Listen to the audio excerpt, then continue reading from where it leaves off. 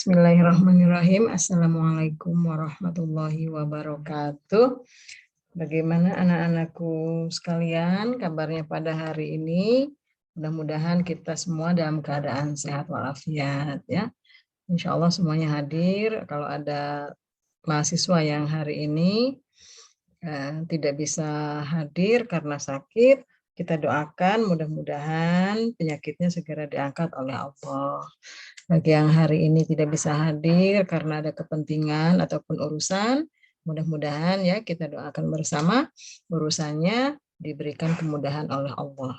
Ya, baik teman-teman mahasiswa sekalian, hari ini insya Allah kita akan bersama-sama membahas mengenai strategi pembelajaran dan motivasi belajar.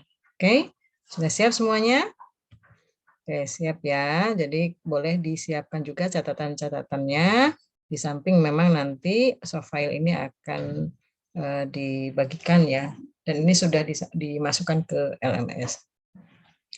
Baik, terkait strategi pembelajaran dan motivasi belajar. Ini kita mulai dari definisi ya.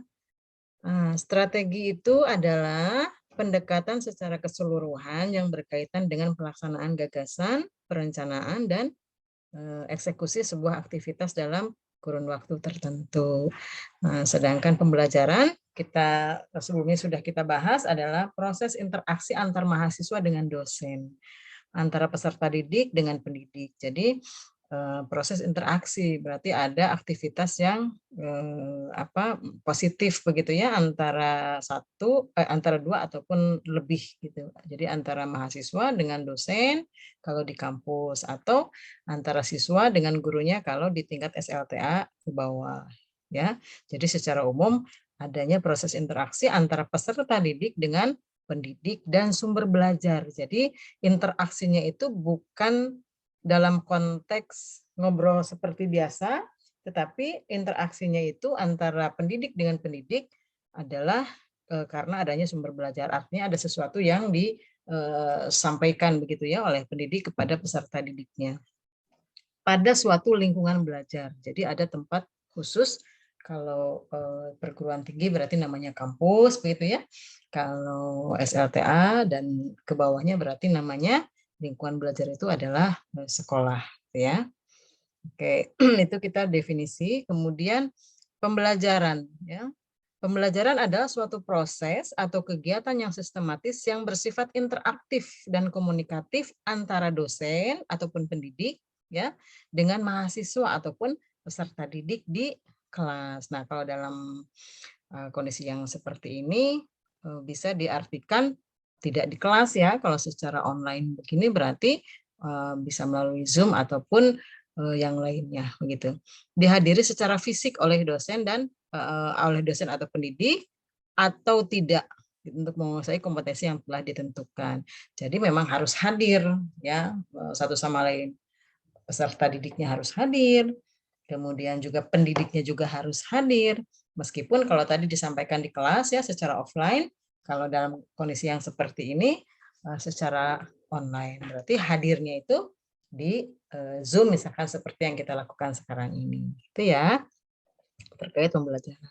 Kemudian pembelajaran arti yang lain adalah suatu kegiatan dosen dalam hal ini pendidik secara terprogram dalam desain instruksional. Jadi secara terprogram artinya direncanakan secara sistematis, secara runut, secara berkesinambungan ya. Jadi bukan hanya interaksi itu ataupun kegiatan antara pendidik dengan peserta didik itu bukan tanpa program, bukan tanpa perencanaan, tapi semuanya terprogram, semuanya terencana ya. Untuk membuat mahasiswa ataupun peserta didik belajar secara aktif yang menekankan pada penyediaan sumber belajar. Jadi sekali lagi konteksnya adalah adanya interaksi itu dalam sebuah tadi yang pertama dalam sebuah lingkungan pendidikan ya. Kalau mahasiswa berarti kampus, kalau SLTA ke bawah adalah sekolah. Nah, interaksi aktif antara pendidik dengan peserta didik di lingkungan belajar itu untuk apa? Ya, untuk menyampaikan suatu pengetahuan, suatu informasi dari pendidik kepada peserta didik Dan pun sebaliknya, peserta didik memberikan respon yang positif, memberikan respon yang aktif. Karena di sini ada interaksi, jadi interaksi itu dua-duanya memang memberikan saling bertukar stimulus dan respon, ya. Jadi bukan hanya dosen saja yang menyampaikan informasi, tetapi justru sebaliknya ada feedback timbal balik dari peserta didik ataupun mahasiswa kepada apa yang disampaikan oleh dosen, gitu ya. Oke, selanjutnya pembelajaran adalah suatu sistem instruksional yang terdiri atas beberapa komponen yang meliputi tujuan, bahan ajar, ya, kemudian juga mahasiswa sebagai peserta didik, dosen sebagai pendidik, kemudian metode, media, dan evaluasi yang dapat meningkatkan kemampuan kognitif, ya, ataupun pengetahuan gitu, afektif dan psikomotorik, ya. Jadi bukan hanya pengetahuan saja yang didrive oleh pendidik supaya peserta didiknya itu meningkat dari sisi kognitif atau pengetahuannya, tetapi juga dari sisi afektif, dari sisi sikap dan psikomotorik, ya, agar mahasiswa ataupun peserta didik menjadi lebih baik dalam komunikasi dan interaksi kepada dosen ataupun pendidik, ya. Jadi adanya peningkatan. Strategi pembelajaran adalah suatu komponen, ya. Jadi strategi pembelajaran itu komponen umum dari suatu rangkaian materi dan prosedur pembelajaran yang akan digunakan secara bersama-sama oleh dosen dan mahasiswa selama proses pembelajaran berlangsung. Jadi tadi ya, kembali lagi ke poin yang tadi bahwa ketika kita berbicara interaktif ataupun interaksi, berarti di situ ada komunikasi yang aktif, ya, antara pendidik dengan peserta didiknya begitu. Kemudian strategi pembelajaran bisa juga sebagai urutan atau perilaku dosen untuk dapat mengakomodasi semua variabel pembelajaran secara sadar dan sistematis. Tentu ini dipersiapkan untuk peserta didiknya. Jadi di sini ada yang harus digarisbawahi nih, kalau strategi pembelajaran menurut Hilda adalah mengakomodasi semua variabel pembelajaran secara sadar dan sistematis. Jadi bukan kebetulan ataupun bukan tidak disengaja, tapi memang disengaja secara sadar dan sistematis. Artinya sebelum, pada saat, dan sesudahnya itu ada kesinambungan, ya, sistematis, terstruktur gitu ya. Oke. Kemudian strategi pembelajaran menurut Suparman ini merupakan gabungan dari beberapa rangkaian kegiatan, cara mengorganisasikan materi pelajaran, kemudian bahan, peralatan, dan waktu yang digunakan. Sebab ketika ada interaksi antara pendidik dengan peserta didik di lingkungan pendidikan tertentu untuk membahas sebuah sumber belajar, ya. Nah, ini untuk apa? Dalam rangka mencapai tujuan kegiatan pembelajaran yang telah ditentukan. Jadi, pendidik sudah merancang sedemikian rupa apa yang harus ditransformasikan kepada mahasiswanya, tentu dengan sebuah tujuan yang sudah dirancang atau dengan sebuah tujuan yang sudah direncanakan, yang itu harus sama-sama dicapai. Jadi ada keterikatan antara pendidik dengan peserta didik untuk apa? Untuk sama-sama mencapai tujuan kegiatan pembelajaran yang telah ditentukan, ya. Ini semakin jelas, semakin mengerucut.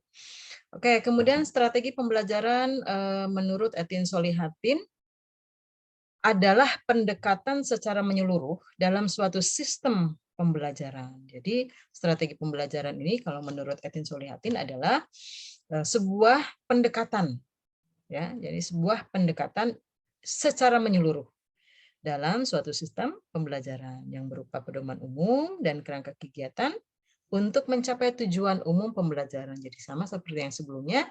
Jadi ini sebuah kegiatan yang dilakukan bersama-sama antara pendidik dengan peserta didik, gitu ya, secara sadar, kemudian sistematis untuk apa? Untuk mencapai tujuan pembelajaran yang sudah ditetapkan, tentu dengan menggunakan instrumen-instrumen yang lain. Artinya ada sumber belajarnya, ada medianya, ya, ada waktunya, ada tempatnya, yang semua itu diakumulasikan secara bersama-sama dilakukan, diinteraksikan gitu ya antara pendidik dengan peserta didik sekali lagi untuk mencapai tujuan gitu ya yang sudah ditetapkan. Nah, ada lagi nih terkait strategi pembelajaran menurut Dharmaya, yaitu merupakan pengorganisasian isi pelajaran, penyampaian pelajaran, dan pengelolaan kegiatan pembelajaran dengan menggunakan berbagai sumber belajar yang digunakan oleh pendidik. Guna apa? Guna menunjang terciptanya proses pembelajaran yang efektif dan efisien. Jadi ini sebetulnya sama begitu ya, kurang lebihnya definisi-definisi ataupun pengertian yang disampaikan oleh beberapa ahli gitu ya terkait strategi pembelajaran. Intinya ada peserta didik, kemudian ada pendidik gitu ya, ada tujuan yang sudah ditetapkan, ada waktunya, ada tempatnya, ada sumber belajarnya gitu ya. Jadi kurang lebih seperti itu ya terkait strategi pembelajaran. Strategi pembelajaran merupakan suatu prosedur pembelajaran. Jadi itu masih sama seperti yang tadi ya. Dalam apa? Dalam membantu usaha belajar peserta didik, mengorganisasikan pengalaman belajar, mengatur dan merencanakan bahan ajar agar tercipta proses pembelajaran yang lebih efektif dan efisien untuk mencapai tujuan pembelajaran. Jadi ini di beberapa pendapat itu sama ya. Jadi ada beberapa komponen yang harus ada pada saat kita menerapkan sebuah strategi pembelajaran. Ya, ada beberapa komponennya yang tadi sudah diulang-ulang Ibu sampaikan sebagai sebuah penegasannya. Oke, selanjutnya pendidikan merupakan sektor yang sangat menentukan kualitas suatu bangsa. Ya, kegagalan pendidikan berimplikasi pada gagalnya suatu bangsa. Keberhasilan pendidikan juga secara otomatis membawa keberhasilan sebuah bangsa. Jadi pendidikan ini sesuatu yang memang sangat penting, sehingga digambarkan kalau pendidikannya bagus maka itu secara otomatis menunjukkan keberhasilan sebuah bangsa. Pun sebaliknya kalau pendidikannya gagal ya maka itu berimplikasi ataupun menunjukkan gagalnya sebuah negara. Nah, pada dunia pendidikan hendaknya memperhatikan unsur pendidikan. Nah, unsur pendidikan itu apa? Nah, ini yang tadi kita bahas bersama ya. Itu unsur pendidikan itu peserta didik ya ataupun mahasiswa ataupun murid begitu ya. Kemudian pendidik disebutnya bisa dosen, bisa guru, bisa ustadz ya. Kemudian softwarenya untuk membantu menyampaikan ataupun mentransformasikan informasi yang akan disampaikan. Kemudian ada manajemennya ataupun pengaturannya, pengorganisasiannya, karena semua itu harus diatur. Jadi unsur-unsur pendidikan itu ketika sudah lengkap, maka itu harus ada pengaturan, harus ada manajemen pun sarana dan prasarana. Jadi apakah pembelajarannya melalui offline ataupun online, tetap sarana dan prasarana itu diperlukan. Pentingnya strategi pembelajaran. Yang pertama memberikan rumusan acuan kegiatan pembelajaran. Kemudian juga yang kedua mencapai tujuan pembelajaran, ketiga menarik minat belajar peserta didik, kemudian yang keempat memotivasi, mendorong, menggerakkan, membimbing dan mengarahkan peserta didik. Ya, jadi sebegitu pentingnya sebuah strategi pembelajaran ya sebagai bagian dari proses pendidikan sehingga tadi disampaikan kalau pendidikannya bagus maka itu berimplikasi menunjukkan negaranya bagus ataupun berhasil pun sebaliknya ya. Tadi sudah disampaikan pada slide sebelumnya. Oke, kita lanjutkan. Jadi nanti kalau ada yang mau bertanya silahkan untuk raise hand saja ya. Khawatir nanti sesinya waktunya habis. Jadi secara khusus khawatir tidak ada waktu kita untuk diskusi. Jadi beberapa lembar ada yang mau ditanyakan, ada yang perlu dijelaskan ulang, silakan mahasiswa untuk menjeda gitu ya. Macam-macam strategi pembelajaran. Yang pertama strategi pembelajaran inquiry. ya, atau disingkatnya itu SPI. Nah, strategi pembelajaran inquiry ini adalah sebuah rangkaian kegiatan pembelajaran yang menekankan pada proses berpikir secara kritis dan analisis untuk mencari dan menemukan sendiri jawabannya dari suatu masalah yang ditanyakan. Ya, jadi ada strategi pembelajaran inquiry yang itu menunjukkan ataupun menekankan pada proses berpikir secara kritis ataupun critical thinking, ya. Itu strategi pembelajaran inquiry. Kemudian juga ada strategi pembelajaran ekspositoris ya, yaitu strategi pembelajaran yang menekankan pada proses pemberian pengetahuan atau materi yang diberikan secara lisan ataupun verbal ya oleh dosen kepada mahasiswa yang ingin membantu mahasiswa agar menguasai materi pelajaran secara optimal dan efektif ya. Jadi ini yang kedua terkait strategi pembelajaran ekspositoris. Kemudian yang ketiga, strategi pembelajaran berbasis masalah ya, strategi pembelajaran berbasis masalah ataupun SPBM. Nah, strategi ini memadukan beberapa kegiatan pembelajaran yang cirinya ya yang menonjolkan pada proses pemecahan masalah secara ilmiah.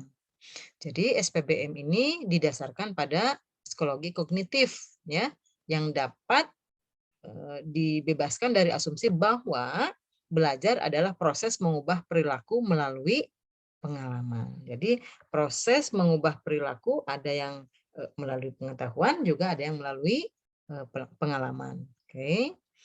Yang selanjutnya yang keempat, strategi pembelajaran kooperatif atau SPK ya. Metode pembelajaran jenis ini termasuk dalam rangkaian kegiatan pembelajaran yang dilakukan oleh mahasiswa dalam kelompok tertentu untuk mencapai rumusan tujuan pembelajaran. Jadi ini karena tadi ada istilah kooperatif, itu menunjukkan adanya kelompok tertentu yang secara aktif mengkomunikasikan bahan-bahan belajar ya yang dilakukan oleh beberapa orang dalam sebuah kelompok.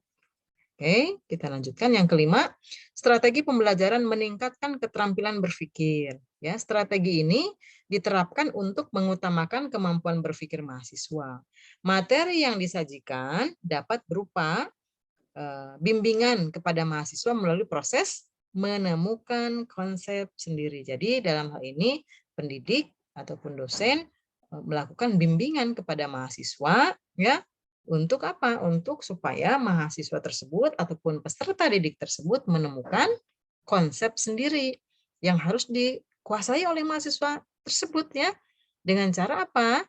Dengan cara terus-menerus melakukan proses dialog ya dengan menggunakan pengalaman mahasiswa. Jadi ini memang diangkat dari pengalaman ataupun apa yang dialami oleh mahasiswa dilakukan dengan cara dialog secara terus-menerus gitu. Oke, ini terkait karakteristik proses pembelajaran. Yang pertama, interaktif.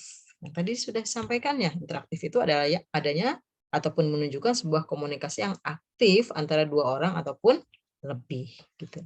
Kemudian inspiratif, kemudian menyenangkan, menantang, memotivasi ya. Kemudian juga memberikan ruang yang cukup bagi prakarsa, kreativitas dan kemandirian sesuai dengan bakat, minat dan perkembangan fisik serta psikologis peserta didik. Jadi kita sama-sama memahami bahwa peserta didik itu heterogen ya, bermacam-macam latar belakangnya, bermacam-macam kondisinya. Maka dalam salah satu karakteristik proses pembelajaran ini adalah memperhatikan perkembangan fisik serta psikologis peserta didik. Agar apa? Agar pesan-pesan yang akan disampaikan bisa diterima secara efektif dan efisien. Oke, ini tadi sudah ya. Nah, sekarang kita berbicara terkait model pembelajaran. Ya, istilah model pembelajaran adalah proses belajar atau gambaran pembelajaran peserta didik dari awal sampai akhir pembelajaran yang ditandai dengan langkah-langkah spesifik. Contohnya adalah model pembelajaran kooperatif yang tadi ya. Tuh. Oke, kita skip yang ini ya, karena ini tadi sudah disampaikan. Oke, ada teknik pembelajaran. Teknik pembelajaran, tadi strategi pembelajaran ini teknik. Teknik pembelajaran adalah cara pendidik menyampaikan atau memfasilitasi peserta didik untuk memperoleh pengetahuan. Jadi ini lebih ke teknis ya, makanya disebut teknik pembelajaran. Nah, kenapa ini muncul teknik pembelajaran? Karena dengan asumsi bahwa pendidik sudah mempersiapkan bahan ajar sedemikian rupa secara terencana, secara sadar, secara sistematis, dan sudah menetapkan tujuan yang akan dicapai dalam prakteknya bersama-sama, mencapai itu secara interaktif dengan peserta didik, gitu ya. Oke, taktik pembelajaran adalah gaya mengajar pendidik yang khas dalam melaksanakan metode atau teknik tertentu. Oke, kita lanjut dulu ya. Oh, ini nih ya. Nah, ada bedakan ini, ada beberapa gambar yang terlihat dalam layar. Ada 3 gambar di sini ya. Gambar yang kotak itu yang paling kiri ya, kalau dari itu yang paling kiri. Kemudian gambar yang atas yang ada pakai baju merah, kaos merah, kemudian gambar yang bawah. Ini menunjukkan sebuah kondisi ya, teman-teman mahasiswa. Barangkali ada yang mau mencoba menjelaskan ini? Oke. Yang pertama ini menunjukkan adanya, interaksi yang, positif ya, yang cukup aktif antara, mahasiswa ataupun peserta didik dengan, pendidiknya ya, dalam hal mendiskusikan sebuah bahan, pembelajaran. Kemudian juga ada yang memang, yang pakai baju merah ini, dilakukan, eee, one way communication, jadi komunikasinya, satu arah gitu ya. Kemudian ini kalau yang paling bawah ini menunjukkan adanya penurunan minat, belajar dari salah seorang mahasiswa, yang dimungkinkan karena beberapa hal. Mungkin saja bisa karena proses pembelajarannya membuat, tidak menarik bagi yang bersangkutan, atau ada kondisi-kondisi yang lain. Tentu dari sekian ini yang paling ideal adalah karena ini berpusat kepada, peserta didik, artinya keaktifannya akan lebih ditekankan kepada peserta didik. Maka salah satu caranya adalah ketika ada sumber belajar, itu didiskusikan bersama-sama. Karena mencapai tujuan pembelajaran yang sudah ditetapkan oleh pendidik itu harus dicapai bersama-sama dengan peserta didiknya ya. Jadi tidak hanya bisa dicapai oleh, pendidiknya saja. Nah ini, taksonomi, Bloom yang tadi sebagian disampaikan ya dalam, belajar mahasiswa harus menguasai 3 ranah. Pertama kognitif, afektif ataupun, psikomotorik dan, afektif. Ini ada beberapa kegiatan di sub-subnya tersendiri.